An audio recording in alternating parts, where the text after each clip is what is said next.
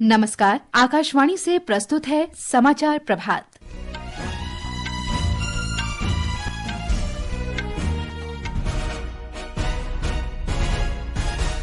राष्ट्र आज 76वां गणतंत्र दिवस मना रहा है।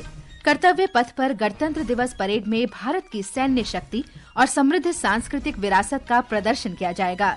राष्ट्रपति द्रौपदी मुर्मू ने कहा, एक राष्ट्र एक चुनाव शासन में निरंतरता को बढ़ावा देगा, नीतिगत अवरोध रोकेगा और वित्तीय बोझ कम करेगा।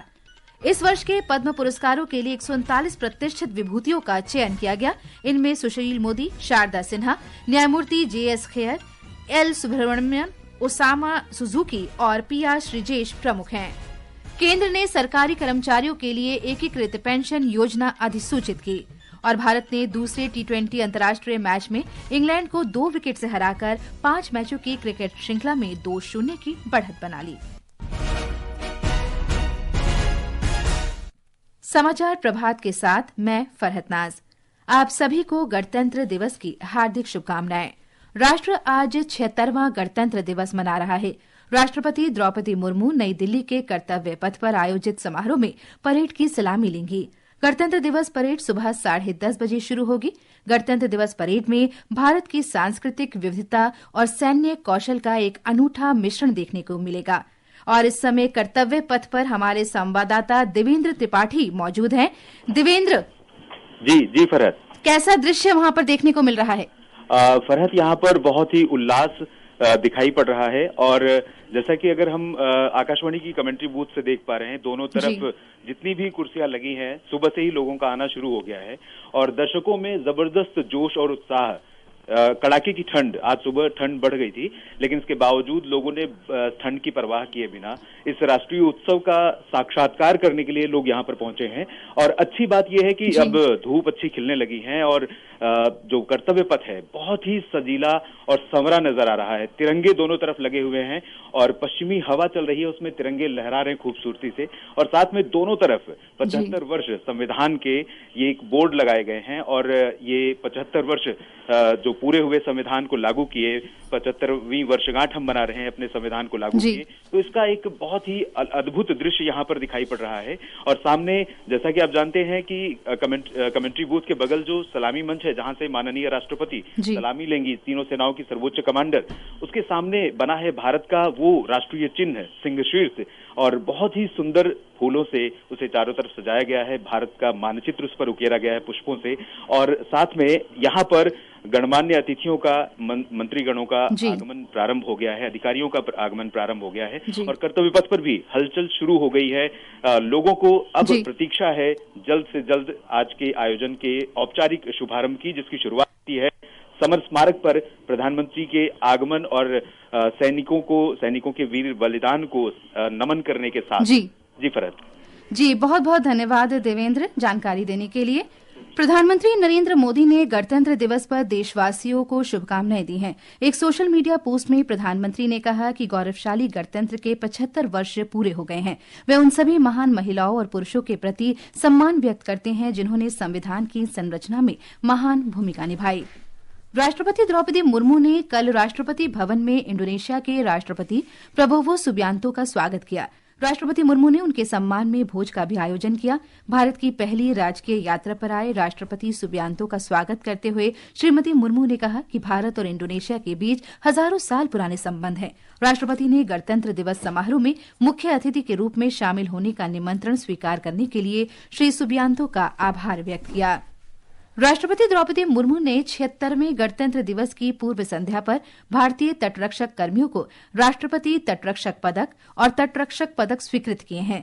ये पुरस्कार तटरक्षकों के अदम्य साहस, कर्तव्य परायणता, समर्पण और उनकी सराहनीय सेवा को मान्यता देते हैं। राष्ट्रपति द्रौपदी मुर्मू ने 76वें गणतंत्र दिवस की पूर्व संध्या पर 93 वीरता पुरस्कारों की घोषणा की है। इनमें सशस्त्र बलों और केंद्रीय सशस्त्र पुलिस बलों के कर्मी हैं, जिनमें 11 को मरणोपरांत सम्मानित किया जा रहा है। राष्ट्रपति ने सशस्त्र बलों और अन्य कर्मियों को 305 रक्षा अलंकरण से सम्मानित करने को भी स्वीकृति दी। लोकसभा अध्यक्ष ओम बिरला ने इस अवसर पर देशवासियों को शुभकामनाएं दी हैं। श्री बिरला ने अपने संदेश में कहा कि 75 वर्षों की गौरवशाली यात्रा में भारत और अधिक सशक्त तथा समृद्ध हुआ है।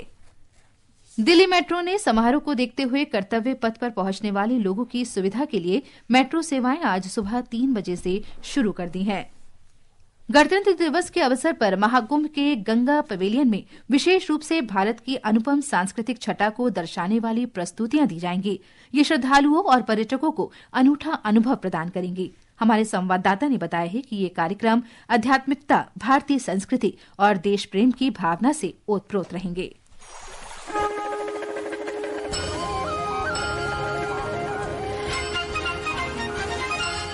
गणतंत्र दिवस के अवसर पर महाकुंभ के सभी 4 मंडपों गंगा, यमुना, सरस्वती और त्रिवेणी पर विभिन्न सांस्कृतिक कार्यक्रम आयोजित किए जाएंगे। उत्तर प्रदेश संस्कृति विभाग द्वारा आयोजित इस कार्यक्रम में शास्त्रीय संगीत और लोक कला का प्रदर्शन किया जाएगा, जो दर्शकों को अध्यात्म का अनुभव कराएगा। एक तरफ जहां फरवाही, बिरहा, आल्हा के जरिए उत्तर प्रदेश की ग्रामीण संस्कृति से देश विदेश के श्रद्धालुओं को रूबरू कराया जाएगा, तो वहीं कुचिपुड़ी, भरतनाट्यम और कथक के साथ साथ अन्य शास्त्रीय संगीत का भी आनंद ले सकेंगे। इसके अलावा शाम के समय श्रद्धालु आकर्षक ड्रोन शो के द्वारा भारतीय संस्कृति और इसकी समृद्ध विरासत का भी अनुभव कर सकेंगे। प्रयागराज में चल रहे महाकुंभ में अब तक लगभग 11 करोड़ श्रद्धालु त्रिवेणी संगम में पवित्र डुबकी लगा चुके हैं। दीपेंद्र कुमार, आकाशवाणी समाचार, प्रयागराज।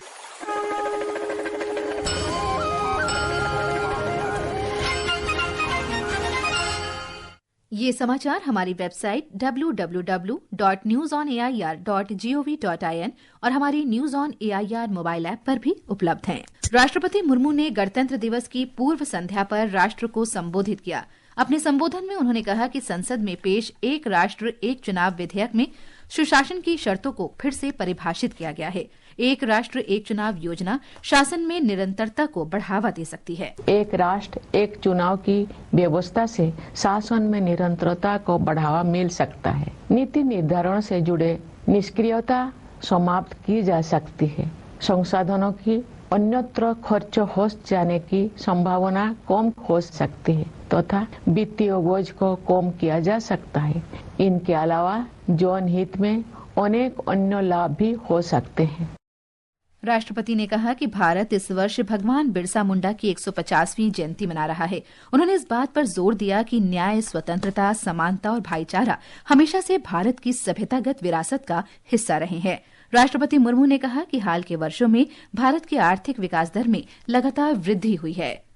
राष्ट्रपति द्रौपदी मुर्मू ने वर्ष 2025 के लिए 139 पद्म पुरस्कार प्रदान करने को स्वीकृति दी है। इस सूची में 7 पद्म विभूषण, 19 पद्म भूषण और 113 पद्मश्री पुरस्कार शामिल हैं। पुरस्कार पाने वालों में 23 महिलाएं हैं। इस सूची में विदेशी, अप्रवासी भारतीय, भारतीय मूल के लोग और भारत के विदेशी नागरिक श्रेणी की 10 विभूतियां और 13 अन्यों को मरणोपरांत पुरस्कार से सम्मानित किया गया है। भारतीय लेखक MT Vasudevan Nair, Suzuki Motor Corporation के पूर्व अध्यक्ष ओसामू सुजुकी और गायिका शारदा सिन्हा को मरणोपरांत पद्म विभूषण से सम्मानित किया गया है। वहीं गायक पंकज उधास और अर्थशास्त्री विवेक देवराय को मरणोपरांत पद्म भूषण दिया गया है। न्यायमूर्ति सेवानिवृत्त जगदीश सिंह खेर और एल सुब्रमण्यम को पद्म विभूषण, हॉकी खिलाड़ी पीआर श्रीजेश को पद्म भूषण और क्रिकेट खिलाड़ी रविचंद्रन अश्विन तथा फुटबॉल खिलाड़ी आईएम विजयन को पद्मश्री से सम्मानित किया गया है। प्रधानमंत्री नरेंद्र मोदी ने सभी पद्म पुरस्कार विजेताओं को बधाई दी है। एक सोशल मीडिया पोस्ट में श्री मोदी ने कहा कि भारत को इन विजेताओं की असाधारण उपलब्धियों का सम्मान करने पर गर्व है। उन्होंने कहा कि उनका समर्पण और दृढ़ता वास्तव में प्रेरणादायी है। उन्होंने कहा कि प्रत्येक पुरस्कार विजेता कड़ी मेहनत, जुनून और नवाचार के पर्याय हैं, जिन्होंने अनगिनत लोगों के जीवन पर सकारात्मक प्रभाव डाला है। 70 सदस्यीय दिल्ली विधानसभा के लिए अगले महीने की 5 तारीख को मतदान होगा। आकाशवाणी समाचार मतदान पर विशेष श्रृंखला का प्रसारण कर रहा है।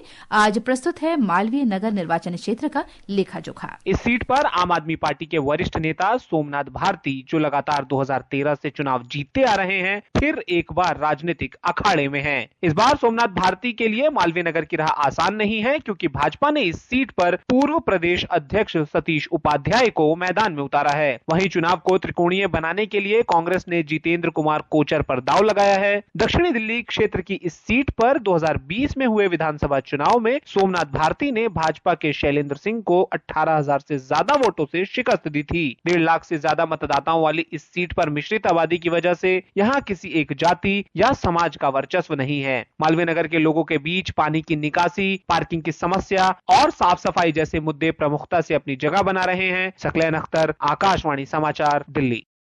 केंद्र ने एकीकृत पेंशन योजना यूपीएस के कार्यान्वयन को आधिकारिक तौर पर अधिसूचित कर दिया है। कल जारी अधिसूचना में कहा गया है कि यूपीएस उन केंद्र सरकार के कर्मचारियों पर लागू होगा जो राष्ट्रीय पेंशन प्रणाली के अंतर्गत आते हैं और जो एनपीएस के तहत इस विकल्प को चुनते हैं। केंद्र सरकार के मौजूदा और भविष्य में सेवा में आने वाले कर्मचारी या तो राष्ट्रीय पेंशन प्रणाली के तहत यूपीएस विकल्प चुन सकते हैं या राष्ट्रीय पेंशन प्रणाली विकल्प के बिना एनपीएस जारी रख सकते हैं।